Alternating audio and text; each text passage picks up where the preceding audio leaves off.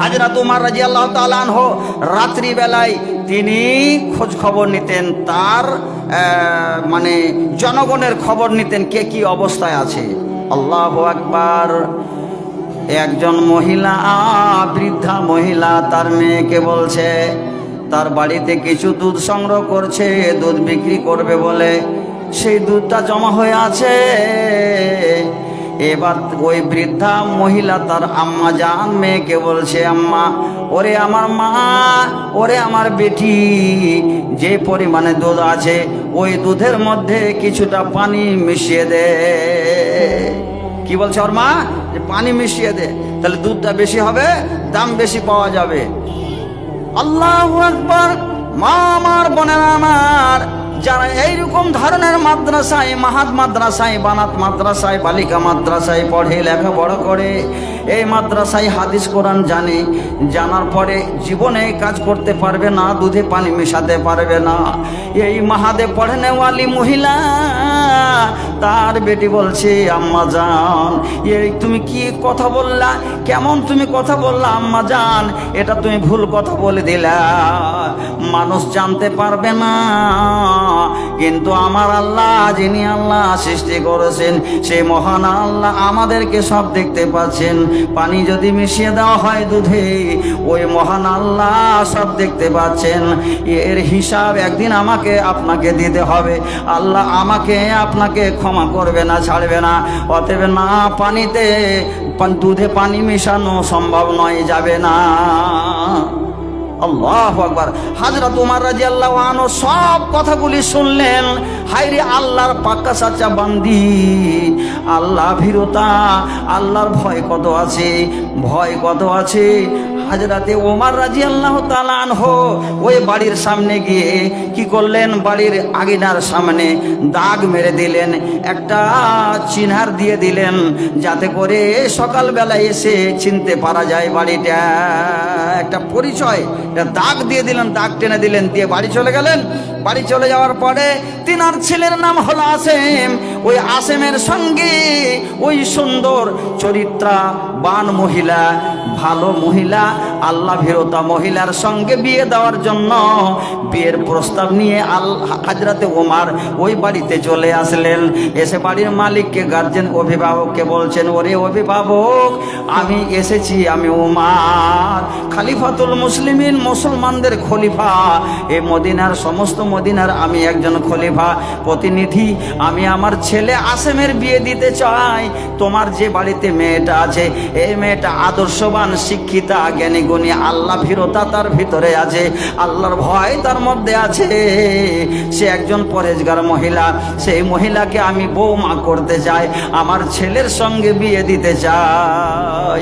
হযরত উমর রাদিয়াল্লাহু তাআলা আনহু কি করলেন, তিনার ছেলে আসেমের সঙ্গে ওই মহিলার বিয়ে দিয়ে দিলেন, করিয়ে দিলেন। ভাইরা আমার, তাকওয়া কাকে বলে, পরেজগারি কাকে বলে?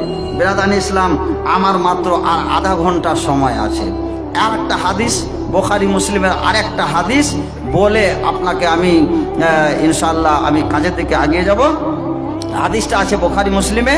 হাদিসটা হলো এরকম, আপনারা শুনেছেন কিন্তু কাজে লাগাতে পারেননি। সুবহানাল্লাহ।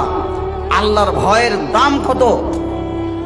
আপনার ভেতরে যদি আল্লাহর ভয় থাকে, আপনি যদি একজন আল্লাহর ভীরু বান্দা হয়ে থাকেন, তাহলে আপনার দাম, আপনার পজিশন কত, সে কোরআনে আল্লাহ তাআলা ঘোষণা করে দিলেন। ভাইরা আমার, একজন নাফরমান মানুষ জীবনে ভালো কাজ করেনি, দিনের কাজ করেনি, সারাটা জীবন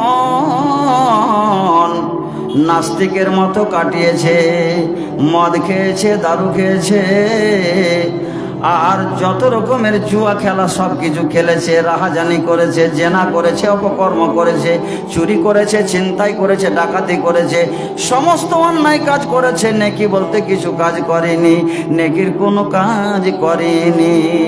বয়স শেষ হয়ে আসলো, মরণের সময় হয়ে আসলো, সে নিজে ভাবছে, অনুভব করতে পারছে, আর আমি দুনিয়াতে বেঁচে থাকবো না, আমি কখন মরে যাব। সমস্ত সমস্ত ছেলেরাকে তার আওলাদেরাকে ডেকে এক জায়গায় একত্রিত করলো আর তাদেরকে ওসিয়ত করলো, আমার ছেলেরা শোনো শোনো, তোমরা তো জানো আমি দুনিয়াতে কোনো ভালো কাজ করি নাই, ভালো আমল করি নাই। আমি যদি মারা যাই আল্লাহর দরবারে আমি ধরা পড়ে যাব, আল্লাহ আমাকে উপযুক্ত শাস্তি দিবে, আল্লাহ আমাকে জাহান্নামে দেবে। অতএব এমন একটা কৌশল আমি আমার মনের মধ্যে আঁকলাম, এই কৌশলটা করতে গেলে আমি আল্লাহর আযাব থেকে, আমি আল্লাহর শাস্তি থেকে বেঁচে যাব। বলছে আব্বাজান কি কৌশল বলুন? ওই লোকটা বলছে আমার সন্তানেরা শোনো, যেই দিন আমি মারা যাব, যেই দিন আমি মরে যাব, আমাকে জ্বলন্ত আগুনে আমাকে জ্বালিয়ে পুড়িয়ে ছাই করে দিবে। আর যখন আমার শরীরের ছাইগুলো হয়ে যাবে, অর্ধেকটা ছাইকে সমুদ্রের পানিতে, নদীর পানিতে ভাসিয়ে দেবে, আর অর্ধেকটা ছাইকে জঙ্গলের মধ্যে উড়িয়ে দিবে। তাহলে আল্লাহ তাআলা আমাকে দেখতে পাবে না, আর আমি আল্লাহর কাছে ধরা পড়ব না, আমার জীবনের হিসাব কিতাব দিতে হবে না। এই বলে তার ছেলেরাকে ওয়াসিয়ত করলো। আর এই ওয়াসিয়ত করার পরেই লোকটা কিন্তু মারা গেল। তার ছেলেরা তো বাবার ওয়াসিয়ত মনে আছে, ছেলেরা কি করলো? তাই করলো। যেই দিন ওই লোকটা মারা গেল, তাকে জ্বলন্ত আগুনে জ্বলিয়ে পুড়িয়ে ছাই করে দিয়ে অর্ধেকটা ছাই কিছু অংশ সমুদ্রের পানিতে ভাসিয়ে দিল, আর কিছুটা অংশ জঙ্গলের মধ্যে ভাসিয়ে দিল। ভাসিয়ে দেওয়ার পর আল্লাহ তাআলা কি করতে পারে না? আল্লাহ আমাকে আপনাকে সৃষ্টি করেছেন, আল্লাহ আপনাকে শেষ করতে পারেন, আপনাকে জীবিত করতে পারেন। আল্লাহুম্মা মালিকাল মুলক তুতিল মুলকা মান তাশা। আল্লাহ আপনাকে রাজা করতে পারে, ভারতের প্রধানমন্ত্রী আপনাকে বানাতে পারে, ভারতের প্রধানমন্ত্রীর কুর্সি থেকে, চেয়ার থেকে আপনাকে ধাক্কা দিয়ে নামিয়েও দিতে পারে, আপনাকে অপদস্থ করে নামিয়ে দিতে পারে, আপনার পদত্যাগ হতে পারে, আপনার পদকে শেষ করতে পারে।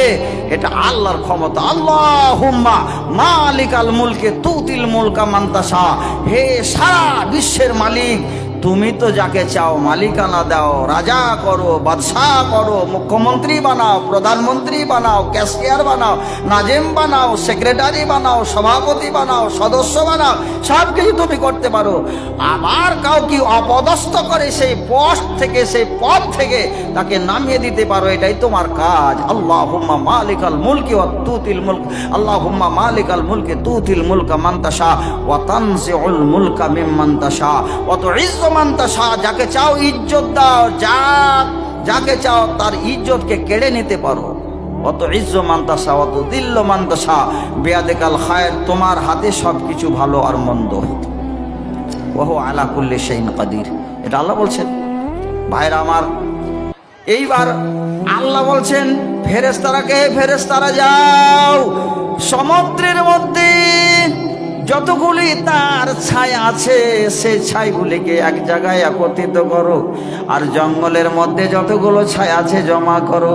এক জায়গায় জমা করা হলো, আর জমা করার পরে আল্লাহ তাআলা আবার তার মধ্যে রূহ দান করলো। যেরকম মানুষ ছিল আল্লাহর কাছে, সেরকম মানুষ হয়ে হাজির হয়ে গেল। এই শুনেন ভালো করে কথাটা। আল্লাহ তাআলা ওই লোকটাকে বললেন, এ আমার বান্দা, বলো তুমি তোমার ছেলেদেরকে এই উপদেশ কেন দিয়েছিলে, এই ওয়াসিয়তটা কেন করেছিলে বলো।